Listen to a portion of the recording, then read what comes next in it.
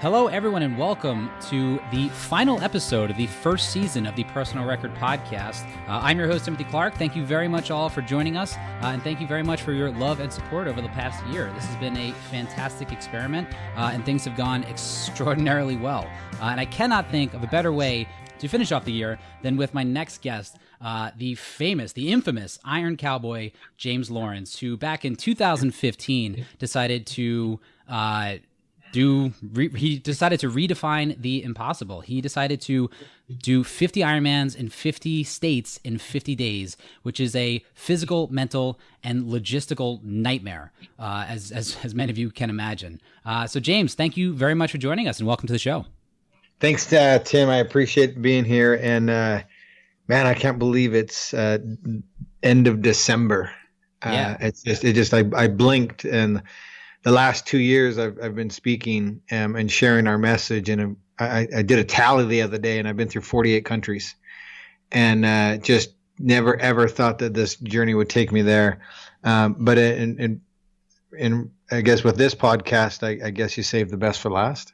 That's exactly right. Yeah, no, this has been a conversation I've been looking to have for a long time. Even when I first got the podcast going, I had people telling me, you should reach out to the Iron Cowboy, and I was like, I don't think it's that easy. I don't think you need to reach out to him, but it turns out it is. I reached out to you, and you were really receptive. You're like, yeah, let's do it. Come on, December 11th, December 11th. I have some time for you, and we'll get something on record. Yeah, I love it. My year's winding down. I've got one trip left. We're starting to film a new documentary. So I'm going to Detroit this weekend. We'll catch a Red Wings game. And I think we're going to stop by on the way home in Minneapolis and catch a Vikings game. That's pretty exciting. Yeah, it's a good year. And again, just for as busy of a guy as you are, again, you're very receptive, very open, and you're very willing to help really anyone, I think, that reaches out. You're a pretty impressive person, and you're making a mark on the endurance world. Well, thanks, man. I really take pride in answering all my social media, and I don't have an agency that runs that for me. And people always ask, because of the 50 and what it was and the magnitude of it. People always say, I don't understand why you did that or what your motivation was. And I receive messages all the time from the speaking that we do and from just what content and everything that's online. And I want to just share real quickly, if it's okay. I got a message this morning, and it says, "Hey James, how are you?" And this was on Instagram. "Hey James, how are you? Just wanted to let you know that you have impacted my life in an immense way. Your mental and physical challenge have inspired me to break free of bulimia that I've been combating for over 10 years. And I've signed up for my first half Ironman in June. I just hope you know how worthy your presence on earth is. And even though I live far from you in Switzerland, you've had a big impact on me. Thank you and your family for bringing in inspiration to the world. I hope you know how much it means to a lot of us. Love and hugs, and hope to meet you someday." And so it's just, people ask me why I do what I do, why I interact with people personally, why I do these podcasts. That's why. Yeah, that's a pretty powerful message to receive. I think it's easy to look, get a message like that and look back on the 50-50-50 and think, yeah, like, of course, this is why I did it. Of course, this all makes sense now. This was, I wanted to inspire other people. But during the course of it, that's not clear. You don't know if you're going to be an inspiration. You don't know that that light is going to be at the end of that tunnel. And that could be you can have some pretty dark moments during an endeavor such as that. Yeah, I think this is a very valuable talking point and lesson for people. And something that I've just learned personally is you never want to set out on a journey to be an inspiration, to have impact on people. That's the wrong motivation to do that. And you're exactly right. That's not what or why we were doing it and why we were on that journey. We set out as a personal family journey to have just see what we were capable of, and to raise money for charity. And we had no idea that this journey would kind of go international like this, and the story would kind of trickle out, and we would ultimately have the impact that we had. And so I think anybody that's on a journey, or they're starting a thing, or want to do a podcast because they want to be influential and all these things that people get in their minds that they want to be, in my opinion, you're leading with the wrong motivation. You need to go out there, and you're doing it because you're passionate about it. You're doing it because you want to find out more about you and the experience that you're on. And it's okay to hopefully want to impact and touch people, but if that's your driving motivation, it almost comes across more often than not as forced or ingenuine. And if people were just to be them, do you, carve your own lane, be genuine, be unique, and be passionate on your journey, you don't have to force influence. You don't have to force all that stuff. It just happens organically. And I just see people trying to do things for the wrong reasons. And it's for money or self gratification, all these things that don't bring true value. Yeah, I think when you're trying to be something other than yourself, like you said, it's pretty transparent. People can see that. And you're, again, like I don't know, people pick up on acts. You know, they see, Oh, for sure. they see someone who isn't genuine, somebody who is trying to be something other than themselves. You know, I think there's an uptightness that exists when somebody's trying to portray something that they're not. Like you're super loose and cool right now. You know, like I know you've been doing podcasts all day right now, but you're loose and cool and you're just being you. Yeah, it's me, and it's just what everybody should strive to be themselves and be genuine. You can tell when someone's just doing a me too, you know, just trying to mimic somebody else, and it's great and awesome. And I encourage people to have mentors and whatnot, but have mentors to encourage you on your journey and what you're doing. Don't do what other people are doing. Do what you are passionate about. That defines who you are. That's pretty good advice. So I just had a question about the 50-50, like a kind of a 30,000 foot view question of the 50-50-50.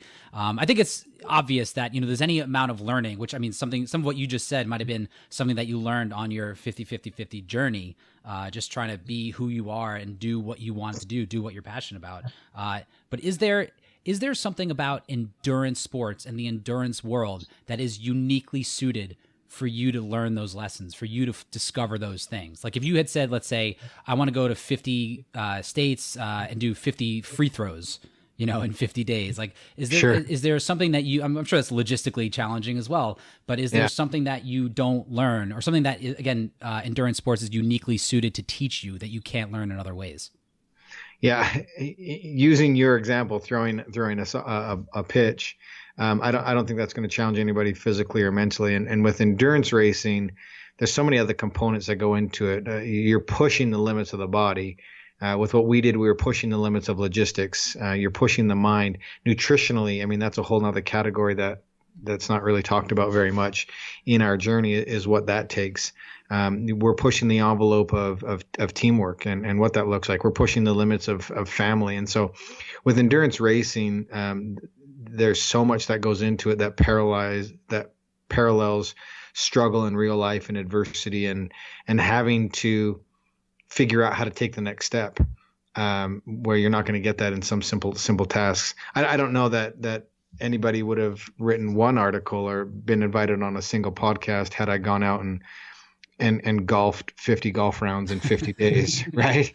They'd have been like, okay, sweet. But I think it's because the organic struggle that we went through, and the fact that I brought my 5 kids with me, and the fact that we were in way over our heads with no money and limited support, and still figured out a way. It parallels life. We lost everything in the economy in 2008. And you had to figure out a way. We were in way over our heads and didn't know what to do. A lot of people in life are dealing with addictions, abuse, financial woes, all these things. And I think endurance racing encompasses and resonates with all of those categories, because there's not always a finish line. There's always trying to figure out how to keep moving. And that was basically the main theme behind our campaign, was how do we just keep moving? And in life, that's what we have to keep asking ourselves. How do we just keep moving? Do you think, because you've talked a lot about how your kids, your daughter Lucy in particular, who was running the last 5K with you in all of your runs, do you think you would have been able to do this if you weren't a father? Do you think you would have taken this on if you weren't a father? Yeah, I get this question a bunch. And it's a hard one to answer, honestly, because we find different motivations in our lives depending on our circumstances.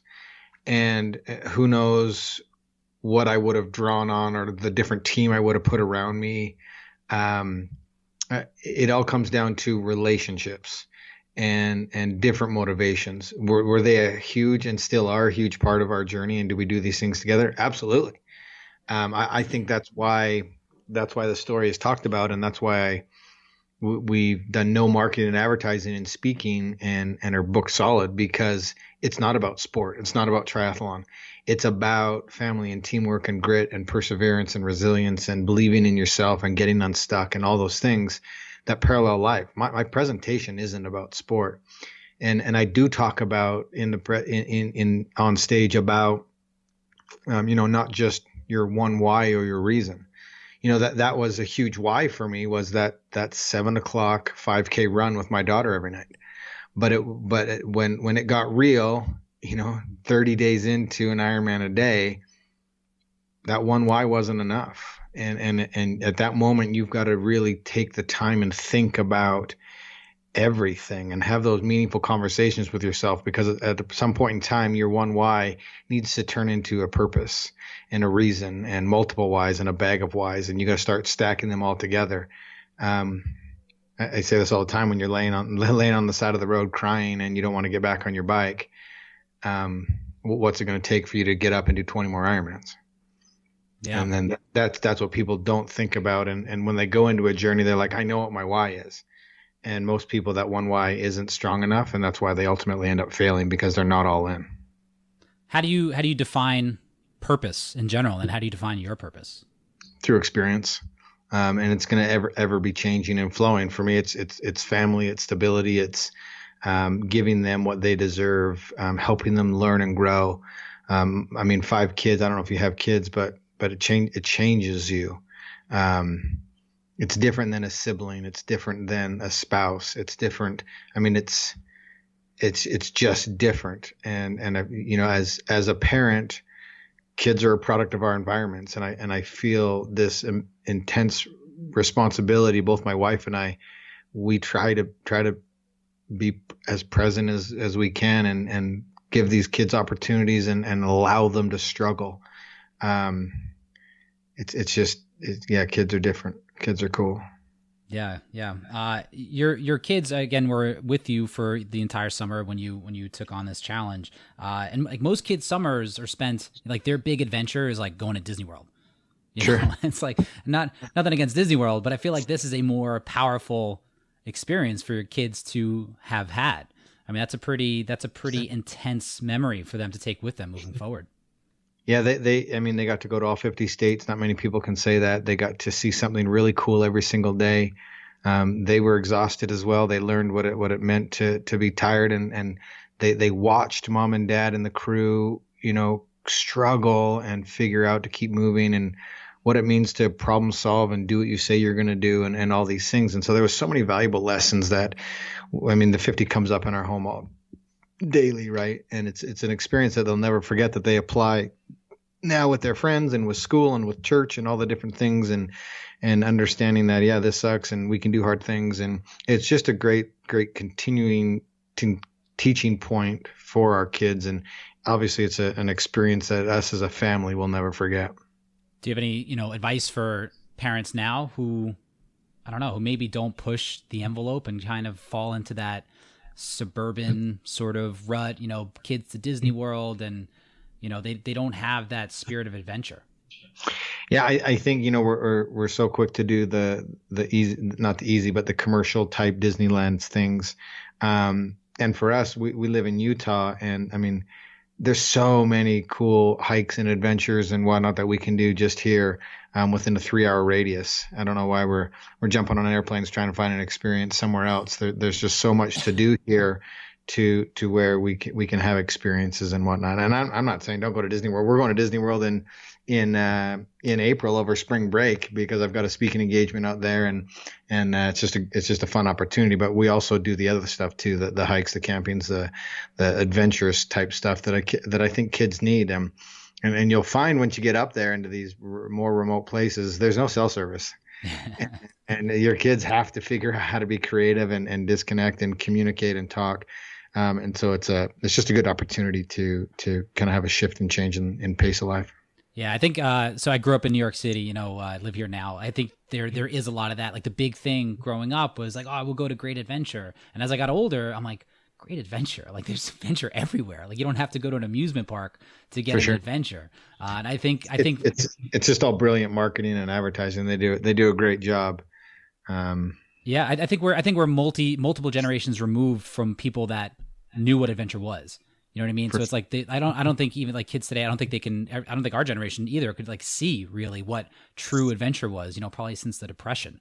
That was, an adventure, quote unquote. And I think it's good for kids to sometimes sit and be bored and be inside their minds, and with all the distractions and whatnot, I think it's somewhat destructive, and it's leading to so many different sicknesses and illnesses and depression and all these ridiculous things that's impacting society today. Yeah, I agree with that. I think Western United States, like Utah, Colorado out there, I think they're in kind of a better position. Maybe not all parts of those areas, but like the Boulder, Colorados, the Salt Lake Cities, or the Jackson Holes and everything. They tend to again have that spirit of adventure. There's a lot more climbing, like mountain climbing and hiking, and again, I think that opens up a space inside of you that is filled. That isn't filled in other maybe more city type environments. Yeah, I grew up in a big city, Calgary, Alberta, Canada, and it's all what you're willing to do and how you're willing to seek adventure, because adventure is a 45-minute drive into the Rocky Mountains. And so I grew up in a big city, and I still found time to get out and explore and have fun. So, yeah, it's available to all of us. All right. Well, so going forward, so you've been traveling around the world. You're giving all of these inspirational talks. Like, do you struggle with the Iron Cowboy identity? Do you embrace it? Do you like it? Do you not like it anymore? Are you looking for something else, or are you the Iron Cowboy? Yeah, there's James Lawrence, and then there's the Iron Cowboy, and I think both are important, because me personally, I'm husband, father, and I like to have fun and really enjoy my inner circle. And then there's the Iron Cowboy that gets out there, gets dirty, and does these extreme challenges and races, which is a lot of fun. And I think it's important to have both characters in our lives, where when things get real and tough, you can put on. For me, it's my glasses, put on my yellow sunglasses and become the Iron Cowboy. And there's moments in life where that's needed, where you got to buckle down and you got to do difficult things. And then you also need to have the child in you that still is able to play and have fun and live life. And I think both are important on our journeys. They need to be balanced, but both are pivotal for success.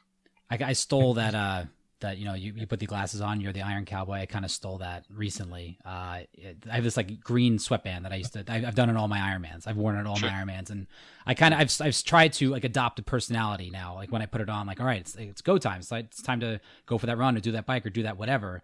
Even if it's like cold and I can't even feel it. If I can't use it, it's underneath a couple layers. I like to have it on me. Just it's kind of a talisman to tell me that it's time to start moving.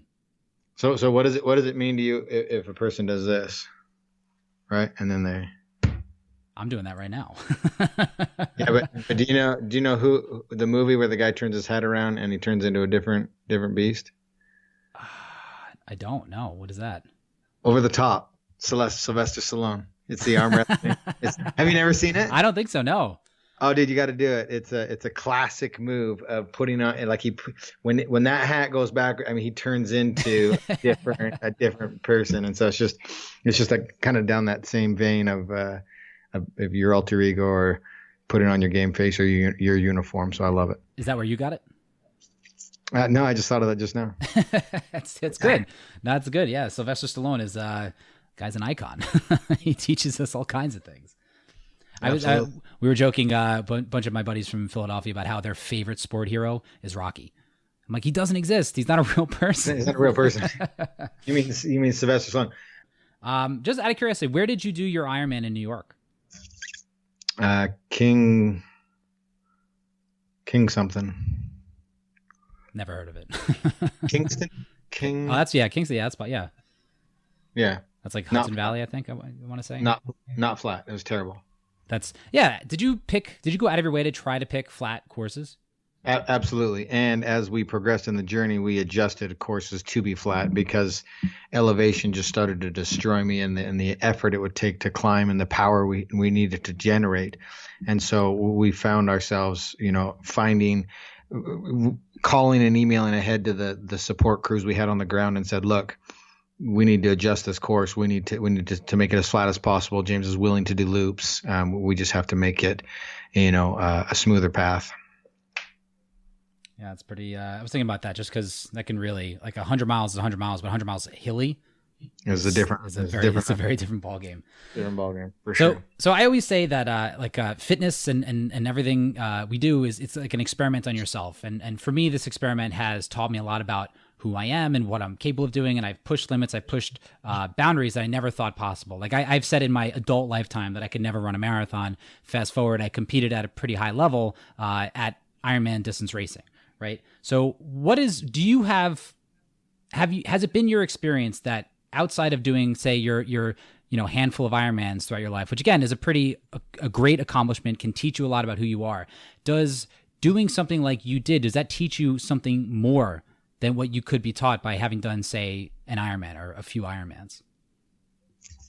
In other words, are there more layers to the onion that you can peel back that somebody like me has not yet peeled?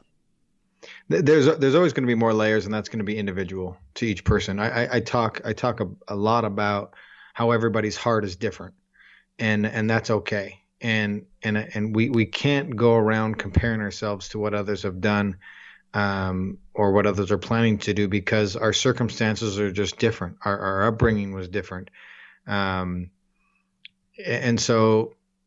Yeah, did I learn more from doing 50? Yeah, well, somebody learned by doing, if you did 5 consecutive, yeah, you would learn a ton over your single Ironman, because it's a different journey. It's an extended time of reflection and suffering. And so absolutely, but not everybody, certainly nobody needs to do 50. It's ridiculous, and I wouldn't wish it on my worst enemy. But there's so many ways to learn and grow through endurance sports and any difficult challenge that anybody's personally taking on. Because, I tell a story about my mom who came out and did the last 5Ks with me, and she struggled with her weight her entire life. And that was the hardest thing my mom had done. Those 5Ks was my mom's version of my 50. And that's beautiful. That's perfect. That was her pushing her limits and her envelope. And she learned a lot about herself in those 5 days, which I respect. Yeah, you and other endurance athletes like Shane Finn, who I know you've spoken with, was a guest of the podcast, did 24 marathons in 24 days. I think I'm actually joining him as he traverses across the United States. He's going to be bike running across the way. I've heard a lot of you guys talk about how in the midst of what you're doing, like something clicks, whether it's physical or mental or both, that things, like for you, I think it was around 30, right? After your 30th Ironman, you were struggling really. And then you kind of got into, like game mode where it was like, all right, it's time to get moving. And you guys just started banging it out for the next 20, like clockwork. Do you understand either physically, like scientifically, do you know what goes on a neurological level, or do you just understand on an intuitive level that something changed at that time? Yeah, it's I don't understand the science behind it. It's more of on an intuitive level, a fight or flight on an extreme level. It's the moment that few people ever reach because they quit, because it's after the peak of the storm.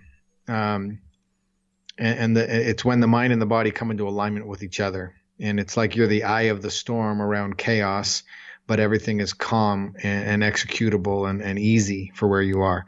And those last 20, although were extremely challenging, were easy compared to the first 30, because we were now the eye of the storm, where chaos was happening around us. But we had gotten to a place where we were in control and we knew exactly how to execute, and we were a team on every aspect of the word and doing it at the highest level. Yeah, it's pretty. That's something that I would like to achieve one day. It's a sense of clarity that that would be nice to accomplish. Endurance athletes, I've read an article recently that endurance athletes just have a way to deal with stress more so than the average person, like whether it's, just like in your job, in your life, or some sort of like physical high stress environment, has that been your experience? Have you found that your physical fitness, your endurance has allowed you to be able to deal better with, say, public speaking or with the choices you've made? I just know I do a lot of deep tank thinking when I'm out on endurance riding or running. I'm kind of unplugged from everything. A lot of times what I'll do is I don't read many books, but I do Audible, and I listen to a lot of audiobooks. And let's say I'm going to go do like a 3-hour ride. For the first 30 minutes, I'll listen to an educational, an inspirational, a business book, or whatever it is, and that kind of turns my brain on. And then I turn it off, and the remaining 2 hours or whatever, I'll just allow the energy to flow and thoughts to process and whatnot. And that's where I do a lot of my think tank, is when I'm out there. And so it allows me to process things and really get creative. Do you meditate?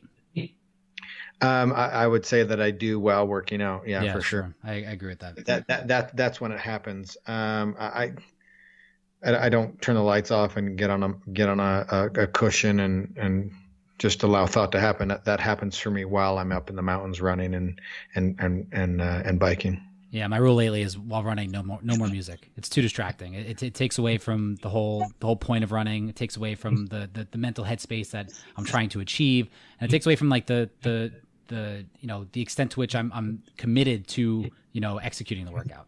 For sure. I like that. Say it again. I like that. Yeah. So what's next? Like, so you're traveling around the world. You're doing your talks. I know you have your book is out right now, Redefine Impossible. So I guess you're promoting that big time. What's next? What's next for me is we just built a house. We moved in. We built a 1,400 square foot gym in our place, and we've built an app, and so we're going to start filming. And it's going to help people that either want to start working out, not necessarily triathlon, but just become physically fit, and they're going to be able to follow the app. We've been working on kind of the next step. People hear the presentation and are like, how do I apply those principles in my life? And so we've created a virtual training that we're going to be releasing in the new year that's going to be really impactful for people, help them with their daily struggles. I have found through speaking through 48 countries in the last 2 years that we're all, no matter if you're a CEO of the company, the newest, employee, we're all stuck, and we're struggling to do better in our lives and to overcome fears. And so that's kind of what has led to us wanting to create this material to help people do that. And so that's going to be released in the new year. I've got 4 huge races that I'm doing: Cape Epic, Swiss Epic, Challenge Roth, and a race called Icon Italy, which is an insane mountain race. We put on a race here in Utah in August called Utah's Toughest, and it's a full iron distance. That the bike has over 10,000 feet of climbing. The run has over 6,000 feet of climbing on trail. You can go to Iron Cowboy Racing if you want to check that out. We only had 6 people finish last year, which I love. This isn't like an event that you can just show up and walk the marathon. When is it? It's in August, and I'll sign up. Yeah, right now it's actually early bird pricing, so it's only $150, and it's going to go up in the new year. So great value. There's no T-shirt. There's no finisher medal. I'm out. Forget it. There's you on the mountain with the other athletes and your support person that you brought with you, and I want to bring back the way that triathlon used to be about camaraderie and showing up and doing something because it's hard as hell, and you want to find out who you are mentally and physically, not to check the box of I did an Ironman, not to check the box I did a marathon, because you want to go out there, guts, heart, and just your heart and soul, and just trying to do something difficult that pushes you mentally and physically. And we've created that here in Utah. I've been having this conversation a lot lately. I recently did the SOS triathlon, which is a similar kind of event, 200, 250 people, really hard. You like it's a bike, run, swim, run, swim, run, swim, run. You know, so you have to like swim with your shoes on. It's a pretty quirky sort of triathlon. It's a fun thing to do. Sure. And that's this guy Don Davis, who started it back in the 1970s, been around forever, iconic race. That's exactly his philosophy. He wants to maintain an unadulterated race, which leads me to my next question. Like, what are your thoughts on Ironman, and what it's become, what it's done? You know, both good and bad. You'll never see me at an Ironman event again. I love them and I hate them, and they've turned into this ugly beast of money and too many participants because they're trying to hit a bottom dollar. There's drafting, there's cheating, there's entitlement. It's just not a lot of fun. The energy is different than it used to be. And I'm going after homegrown races that are fun, that are back to the feeling when I started over, a decade ago. And that's the exact reason. Like last year, I did Norseman, Celtman, Swissman, and Alaska Man. And you've got to bring your own support crew, and there is no finisher medal, and it's about you and the mountain and the distance. And I was like, this is exactly the feeling that I want. And so I want to give that to people. And we live in a perfect place to put on that kind of race. So we've got one race here in Utah, and then next year, or the following year, we'll be opening up a race in North Carolina and then California. I do one of my side businesses is, again, like put on like half marathons and 10Ks in New York City. Cool. Running community. One of the biggest question, the question I get most often via email is, are there going to be finisher medals? It's the most often. Yeah. Like, and we do give out finisher medals, but like, just do the race, like accomplish the race, try to push the limits, try to set your next personal record, try to do that, not try to collect a bunch of medals. Yeah. It's not what it's about. And so we've taken that off the table. We do have a finisher coin that if you do manage to finish our race before the cutoff, and that means something though. That means it's not, you didn't just finish. It means you went through something real. And if you have one of my Iron Cowboy coins, that means you're tough as nails, and you did something, and that you did something hard. And we had 80% of the field not finish last year, and a lot of them were so appreciative that I didn't give them the coin, because they didn't finish. Yeah. And they respected that, and they want to come back and try again, and because that means something, right? It's not just everybody gets one. Even like the New York City Marathon, everyone looks at it as this really difficult thing, and it is. A marathon's hard, for sure. But something like 95% of people that start the New York City Marathon finish it. Sure. Like they might walk it the entire time, but they're going to get across that finish line. So it's nice to see that there's a race out there that it's like the Navy SEALs. I mean, like 80% washout. I mean, that's a lot. Say it again? That's our goal. Yeah, that's our goal. Yeah, to make people wash out. Yeah, that's good. I like that. Do you have a time cutoff for them? Yeah, we're hoping to start a little bit earlier this year. We started in the dark last year, and it worked out well. We want to start in the dark again to give people enough time. Right now, it's about 18 and a half hours to finish.